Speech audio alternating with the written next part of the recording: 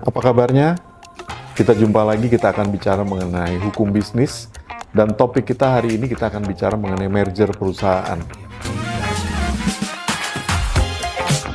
Kita tahu bahwa banyak aksi-aksi korporasi yang dilakukan oleh perusahaan-perusahaan untuk mengatasi permasalahan yang ada. Kalau bicara mengenai merger, ada yang namanya penggabungan perusahaan. Ada juga peleburan perusahaan.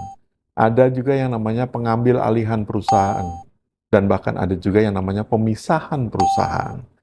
Aksi korporasi tentunya dibutuhkan sesuai dengan kebutuhan dan kondisi daripada perusahaan tersebut mensikapi situasi dan kondisi yang ada. Ya, kita tahu bahwa persaingan semakin ketat. Ada kalanya adanya era misalnya penggabungan perusahaan, ada kalanya justru pemisahan perusahaan. Apapun yang dilakukan tentunya harus disesuaikan dengan kemampuan dan tentunya kalau kita mau melakukan penggabungan, kita harus memperhatikan para stakeholder yang ada, termasuk juga karyawan-karyawan di perusahaan tersebut. Ini harus kita perhatikan juga dan juga pihak ketiga termasuk kreditur harus kita perhatikan dan kita perhitungkan semuanya.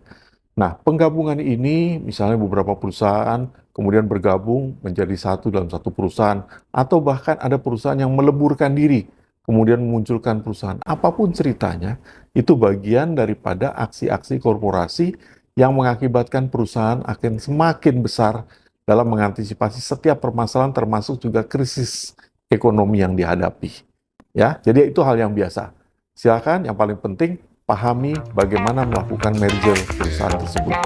Sampai jumpa, tetap semangat.